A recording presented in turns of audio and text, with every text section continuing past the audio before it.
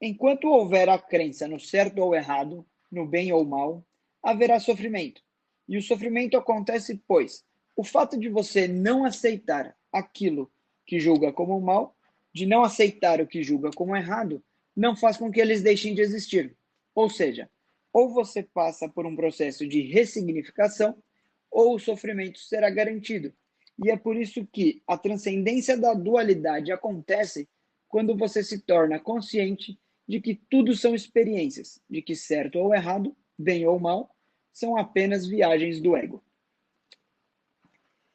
Essa mensagem traz o conceito da dualidade, essas situações com dois lados opostos, bem e mal, certo e errado. E qual que é o contrário da dualidade? A unidade. Talvez aqui o conceito mais difícil de se entender das religiões cristãs, até onde eu conheço pelo menos. A melhor explicação que eu me lembro sobre isso está no livro A Cabana, que eu vou reproduzir aqui um trecho. Só para contextualizar, nesse livro está acontecendo um diálogo entre o homem e Deus. O livro trabalha com a Santa Trindade, então, ora é Deus, ora é Jesus e ora é o Espírito Santo. O Espírito Santo ele chama aqui de Sarayu e Deus ele chama de Papai. Esse trecho começa com Mackenzie, que é o homem, trabalhando em um jardim com Sarayu. E o objetivo é retirar as plantas venenosas e preparar o jardim para uma nova plantação. Vamos ao trecho. É o Mackenzie que começa falando, né? Então, por que criar plantas venenosas? Perguntou Mac, devolvendo o galho. Sarayu responde. Sua pergunta parte do princípio de que o veneno é algo ruim, uma coisa sem propósito. Muitas dessas plantas supostas ruins, né? Desculpa, eu li errado. Muitas das supostas plantas ruins, como esta, contêm propriedades incríveis de cura ou são necessárias para criar maravilhas magníficas quando combinadas com outros elementos. Os humanos apressam-se em declarar que algo é bom ou ruim sem saber de fato. Sarayu estendeu uma pá pequena para Mac e pegou um ancinho. Para preparar este terreno, devemos arrancar as raízes de todas as plantas maravilhosas que estavam aqui. É trabalho duro, mas vale a pena. Se as raízes estiverem aí, prejudicarão as sementes que iremos plantar. Certo, grunhiu Mac, enquanto os dois se ajoelhavam no terreno recém-limpo. Antes você estava falando que os humanos declaram que as coisas são boas ou ruins sem conhecer, perguntou Max, sacudindo a terra de uma raiz. Sarayu responde. Primeiro quero fazer uma pergunta a você. Quando algo lhe acontece, como você determina se é uma coisa boa ou ruim?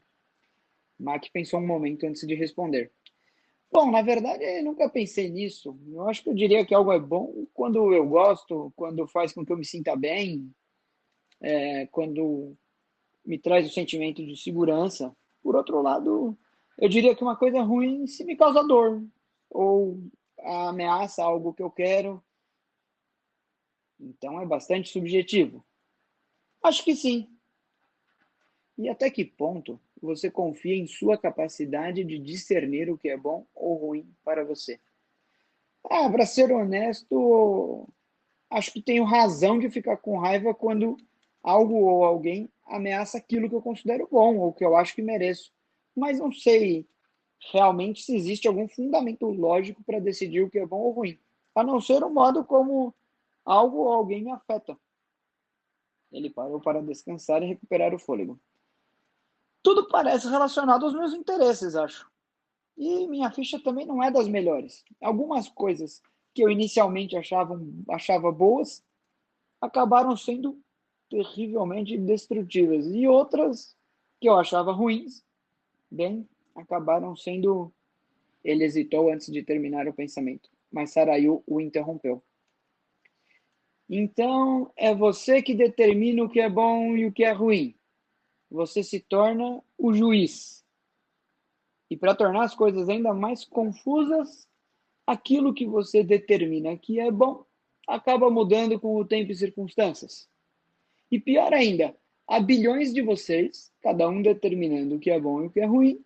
Assim, quando o seu bom e o seu ruim se chocam com o do vizinho, seguem-se brigas, discussões e até guerras.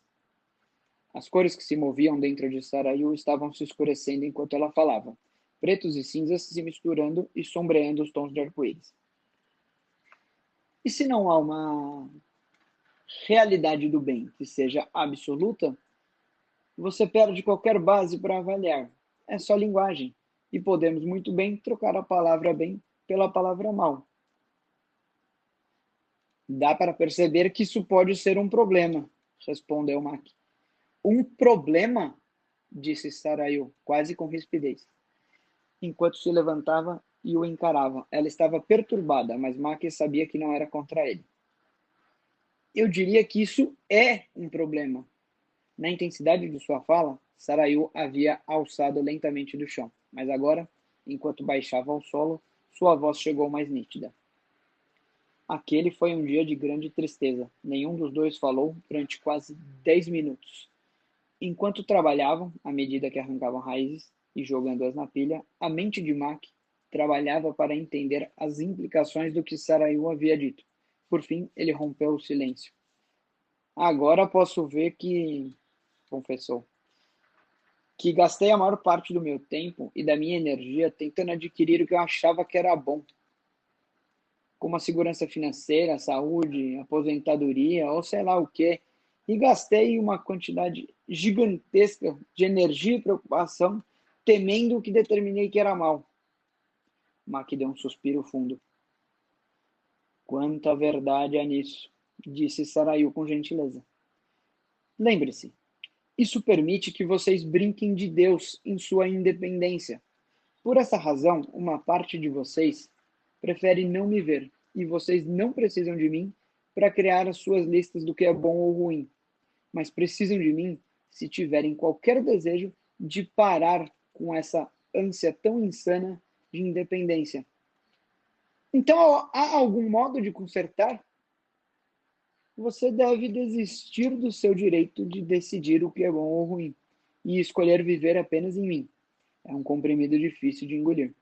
Para isso, você deve me conhecer bastante a ponto de confiar em mim e aprender a se entregar à minha bondade inerente. Mac teve a impressão de que Sarayu se virou para ele. Mackenzie, o mal é uma palavra que usamos para descrever a ausência de Deus, assim como usamos a palavra escuridão para descrever a ausência de luz, ou morte para descrever a ausência de vida. Tanto o mal quanto a escuridão só podem ser entendidos em relação à luz e ao bem. Eles não têm existência real.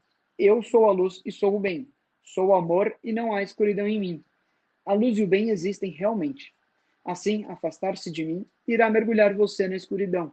Declarar independência resultará no mal, porque, separado de mim, você só pode contar consigo mesmo, e isso é a morte, porque você se separou de mim, que sou a vida. Uau! Exclamou Mac, sentando-se por um momento. Isso realmente ajuda, mas também posso ver que abrir mão dos meus direitos de independência não será um processo fácil. Poderia significar que... Sarayu interrompeu a frase dele outra vez, dizendo que de alguma vez alguém pode ser... Desculpem. Que de alguma forma o bem pode ser a presença do câncer, ou a perda de ganhos financeiros, ou mesmo de uma vida. Mas diga isso à pessoa que está com câncer, ou ao pai cuja filha morreu. Reagiu Mac um pouco mais sarcasticamente do que havia pretendido. Mackenzie, você acha que nós não pensamos neles? Cada um deles era o centro de uma outra história que não foi contada. Mas Mac podia sentir o seu controle se esvaindo enquanto cravava a pá com força. Missy não tinha o direito de ser protegida? Não, Mac. Uma criança é protegida porque é amada, não porque tem direito de ser protegida. Isso o fez parar. De algum modo, o que Sarayu acabara de dizer parecia virar o mundo de cabeça para baixo, e ele lutou para encontrar algum ponto de apoio. Sem dúvida, devia haver alguns direitos aos quais ele poderia legitimamente se agarrar. Mas e os direitos são o que os sobreviventes usam para não ter de trabalhar os relacionamentos, interviu ela. Mas se eu abrir mão, então começará a entender a maravilha e a aventura de viver em mim, interrompeu ela de novo. Mac estava ficando frustrado. Falou mais alto. Mas eu não tenho o direito de terminar uma frase sem ser interrompido? Não, não tem. Na realidade, não. Mas enquanto achar que tem, certamente ficará irritado quando alguém o interromper, mesmo que seja Deus. Ele ficou perplexo e se levantou encarando-a sem saber se tinha um ataque de fúria ou se ria. Saraí sorriu para ele. Mackenzie, Jesus não se agarrou a nenhum direito, tornou-se um servo por livre vontade e vive o seu relacionamento com o papai. Abriu mão de tudo, de modo de que, ao longo de sua vida independente, deixou uma porta aberta que permitiria a você viver suficientemente livre para abdicar de seus direitos. Saraí foi na direção dele até invadir o seu espaço pessoal. E não é de espantar, Mackenzie, porque este jardim é a sua alma. Esta confusão é você. Juntos, você e eu, estivemos trabalhando com um propósito em seu coração. E ele é selvagem, lindo e perfeitamente em evolução. Para você parece uma confusão, mas eu vejo um padrão perfeito emergindo, crescente e vivo.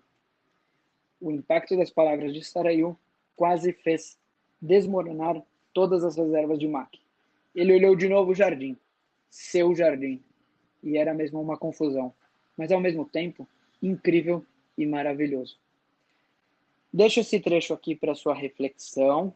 Basicamente, eu resumiria dizendo que essa mensagem nos diz para substituir o julgamento pela ressignificação e encontrar o propósito por trás de tudo aquilo que julgamos ruim. Porque o que lhe é ruim hoje, amanhã pode vir a ser motivo de gratidão.